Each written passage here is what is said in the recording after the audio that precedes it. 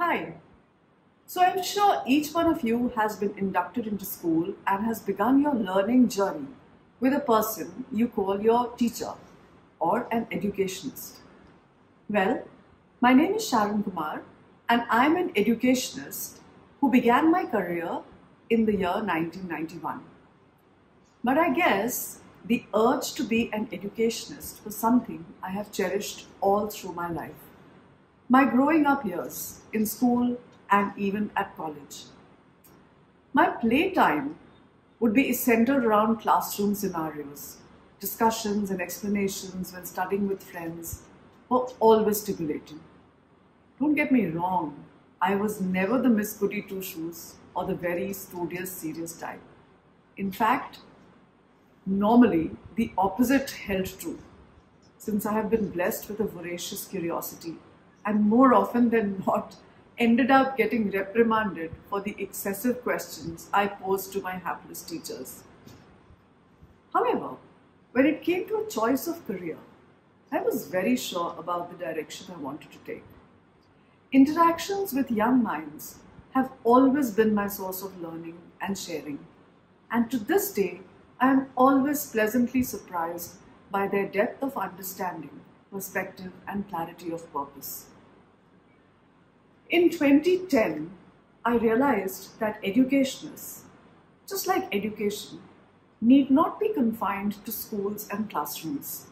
And so, since I define myself as a lifelong learner and enjoy the thrill of exploring the newest trends in education, pedagogy, and policy, I decided to take up the offer and join a multinational as manager for their education initiatives in North India.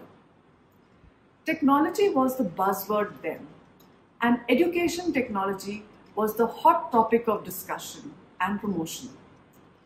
It was an eye-opener to travel as part of my responsibilities to remote villages to understand whether computers and ICT were actually being used or whether these machines and technology were still lying unused under lock and key for fear of their being too expensive to maintain. This was a time when the mobile revolution was still to catch up, and teachers were rather hesitant to explore the myriad uses of ICT. Today, I'm an independent consultant for innovation and education initiatives. In my current role, I am responsible for expanding thought leadership through multi-stakeholder engagements. I have created influencer forums across formal and non-formal education in STEM and increased the STEM portfolio and impact as Chief Operations Officer of EXSTEMPLAR Education Linkers Foundation. My involvement with programs such as the Initiative for Research and Innovation in STEM, or IRIS, a national science fair for students of class 5 to 12, is both exciting and enabling. As director of the IRIS National Fair, my team and I encourage and nurture science and scientific research among young Indian innovators and drive facilitation of winning students to represent India at the Regeneron International Science and Engineering Fair, or ISEF. ISEF is the world's largest international pre-college science competition, and it's held annually in the United States of America. One might ask, why STEM? It's because I believe that the power to observe, question, research, and design is what forms the basis of all science, technology, and engineering and math. If one develops a mindset wherein curiosity is the driving force, then the path to discovery, analysis, and innovation will reveal itself for sure. All one has to do is believe that the answers can be found, that one can be guided by the research of people who have gone before, that the real achievement is not in mechanically following, but in uniquely creating.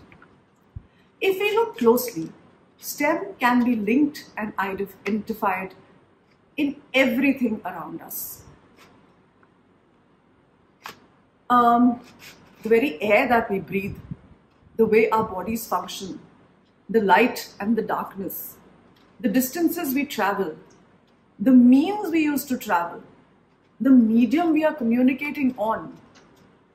There is some component of STEM in it all. The students I interact with can hear me repeatedly telling them to look beyond the surface, to keep on questioning, to never ignore any idea that pops into their mind, to discuss their thoughts, to empathize with problems they perceive in order to fully understand them and develop a solution. Artificial intelligence is the latest frontier the world is out to transcend. And I was thrilled to undertake an engagement in 2019 to contribute to curation of the Artificial Intelligence Readiness Curriculum available on the Central Board of Secondary Education (CBSE) website as manuals for class 9 and 10. I also facilitated the collation of the first artificial intelligence integration across subjects curriculum manuals for CBSE schools and assisted in training and awareness sessions for principals and teachers to integrate artificial intelligence across subjects in classroom teaching. The trick probably is to recognize where all AI has already seeped into our day-to-day activities, to identify its benefits, and to be wary of tripping up due to maleficent uses of artificial intelligence. For those of you interested in pursuing careers in artificial intelligence, I would say the world is your oyster. There are numerous multinationals that are promoting AI skill sets like coding and data science through short-term courses, internship and startup opportunities too. Robotics powered by artificial intelligence is another arena where there is tremendous requirement of new talent. There are also alternative careers around cybersecurity, ethics, privacy, and intellectual property that are offshoots of this technological revolution of sorts. A lot really that you can explore and discover. STEM hues color the landscape of our life, and instead of simply looking at this fleetingly and then looking away, what we ought to do is to look at experimenting with the various facets of a STEM element that appeals to us and to creating our own shade of vivacity. That's what has been done by the STEM greats of the past, such as Sir Isaac Newton, Albert Einstein, Sir C.V. Raman, Ramanujan, Homi Bhabha, Marie Curie, and many others. The pandemic that we've all been through brought research to the forefront like never before, when the world was united in misery in the lockdown period, where the STEM beacon was what dispelled the darkness of COVID-19 and brought hope and a respite to suffering.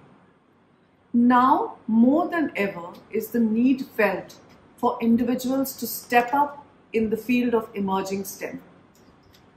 As almost all of us sat at home and felt the pangs of being disconnected in person, our only respite was through technology.